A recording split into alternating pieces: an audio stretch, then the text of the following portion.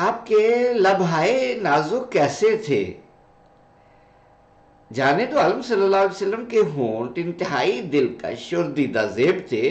صحابہ کرام فرماتے ہیں کہ کانا رسول اللہ الطف عباد اللہ شفتین، رسول اللہ کے ہونٹ اللہ کے سارے بندوں سے زیادہ لطیف اور نازک تھے۔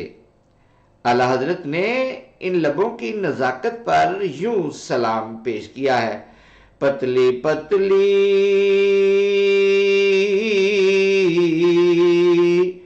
گلے قدس کی پتیاں، پتلی پتلی گلے قدس کی پتیاں،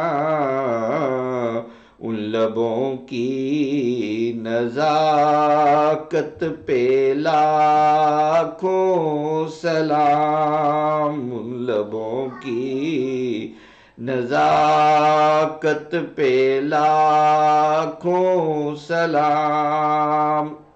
ایک اور نعت میں اعلیٰ حضرت فرماتے ہیں کہ جانے دو عالم صلی اللہ علیہ وسلم کے لبہائے نازک گلاب کے پھول جیسے ہیں، جن سے علم و عرفان کے نو بنو پھول جھڑتے ہیں، پھر بلبل سے مخاطب ہو کر کہتے ہیں کہ اے بلبل، تو نے گلشن میں گلاب تو دیکھے ہیں، مگر ذرا میرے آقا کے لبوں کو تو دیکھ، یہاں تجھے یہ انوکھا نظارہ دکھائی دے گا کہ گلاب میں گلشن کھلا ہوا ہے۔ وہ گل ہیں لبہائے نازک ان کے کہ جڑتے ہیں پھول جن سے، گلاب گلشن میں دیکھے بلبل، گلاب گلشن میں دیکھے بلبل، یہ دیکھ گلشن گلاب میں ہے۔ انہی لبہائے نازک کے ساتھ جانے دو عالم صلی اللہ علیہ وسلم بعض خوش نصیبوں کا بوسہ لیا کرتے تھے۔ سیدہ فاطمہ زہرا اس شرف سے خاص طور پر بہرہوار ہوئیں۔ ان کی آمد پر عموماً جانے دو عالم کھڑے ہو جایا کرتے تھے اور فرط محبت سے ان کی پیشانی چوم لیا کرتے تھے۔ حسنین کریمین کو بھی اکثر گود میں بٹھا کر چوما کرتے تھے۔ ایک مرتبہ آپ نے حضرت حسن کو چوما تو اقرع ابن حابس تمیمی نے کہا کہ میرے 10 بیٹے ہیں مگر میں نے ان کو کبھی نہیں چوما۔ یہ سن کر جانے دو عالم صلی اللہ علیہ وآلہ وسلم نے اس کی طرف دیکھا اور فرمایا: من لا یرحم لا یرحم، جو رحم نہیں کرتا خود اس پر بھی رحم نہیں کیا جاتا۔ اسی طرح ایک اور موقع پر ایک شخص نے آپ سے کہا کہ آپ اپنے بچوں کو چومتے رہتے ہیں، حالانکہ ہم ایسا ہرگز نہیں کرتے۔ جانے دو عالم صلی اللہ علیہ وسلم نے خشمگین لہجے میں فرمایا: اگر اللہ تعالیٰ نے تیرے دل سے رحم نکال دیا ہے تو میں کیا کر سکتا ہوں؟ جانے دو عالم کے صاحبزادے حضرت ابراہیم جب بیمار تھے اور زندگی کے آخری لمحوں میں تھے تو آپ انہیں اپنے ہاتھوں پر اٹھا کر چومتے رہے۔ اگر آپ کا کوئی محبوب شخص کافی مدت بعد باہر سے واپس آتا تو آپ اسے بھی پیار بھرے بوسے سے نوازتے تھے۔ آپ کے تایازاد بھائی حضرت جعفر طیار جب طویل عرصے بعد حبشہ سے واپس آئے تو آپ بے حد مسرور ہوئے اور اٹھ کر ان کی پیشانی چوم لی۔ زندوں کے علاوہ وفات یافتہ پیاروں کو بھی آپ چوما کرتے تھے۔ آپ کے رضائی بھائی حضرت عثمان ابن مظعون فوت ہو گئے تو آپ نے ان کی پیشانی کا بوسہ لیا اور دیر تک روتے رہے۔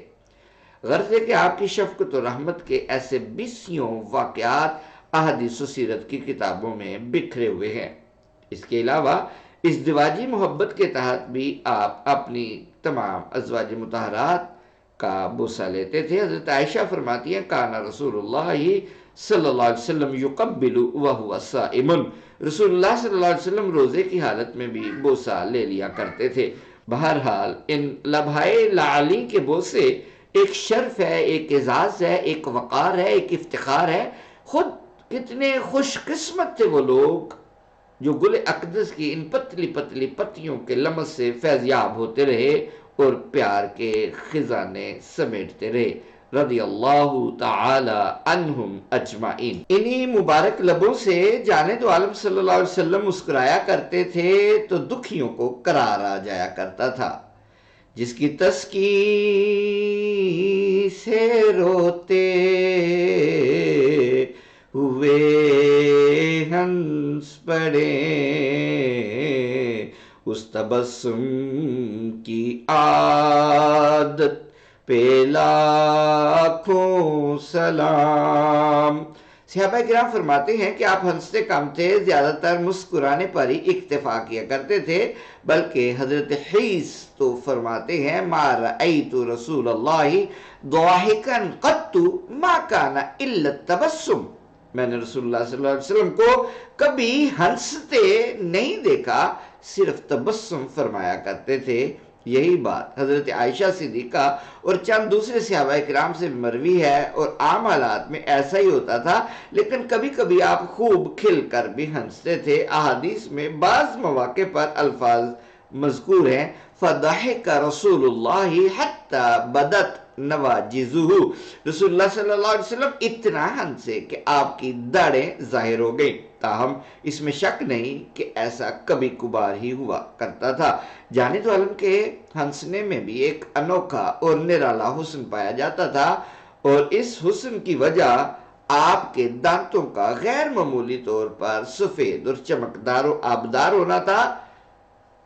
دندان مبارک کے بارے میں چند جھلکیاں اگلے کلپ میں انشاءاللہ العزیز